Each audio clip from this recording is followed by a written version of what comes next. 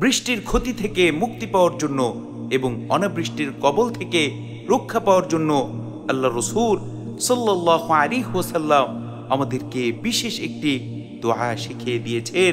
সেই দোয়াটি হচ্ছে আল্লাহুম্মা হাওয়ালাইনা ওয়ালা আলাইনা, আল্লাহুম্মা হাওয়ালাইনা ওয়ালা আলাইনা।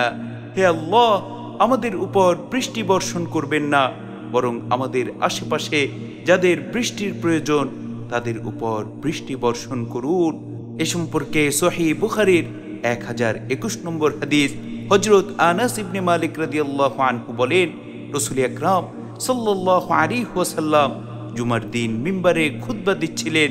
তখন উচ্চ স্বরে লোকেরা রাসূল আকরাম সাল্লাল্লাহু আলাইহি ওয়াসাল্লামকে জানালেন, বৃষ্টির কারণে, বন্যার কারণে ঘরবাড়ি বিধ্বস্ত হয়ে যাচ্ছে, রাস্তা বিচ্ছিন্ন হয়ে যাচ্ছে, তাই যেন তিনি আল্লাহ রব্বুল আলামিনের কাছে বৃষ্টি বন্ধের জন্য দোয়া করেন।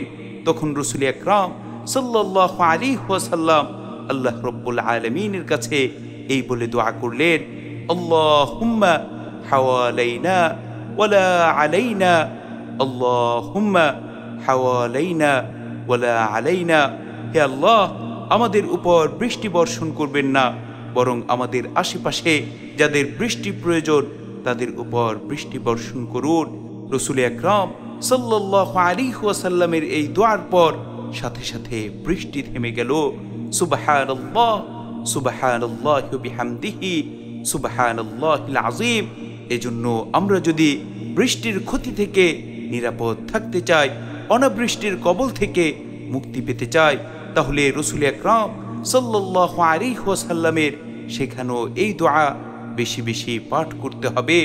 আল্লাহুম্মা হাওয়ালাইনা ওয়ালা আলাইনা, আল্লাহুম্মা হাওয়ালাইনা ওয়ালা আলাইনা। আল্লাহ রব্বুল আলামিন আমাদের প্রত্যেককে অনাবৃষ্টির হাত থেকে হেফাজত করুন। আমিন।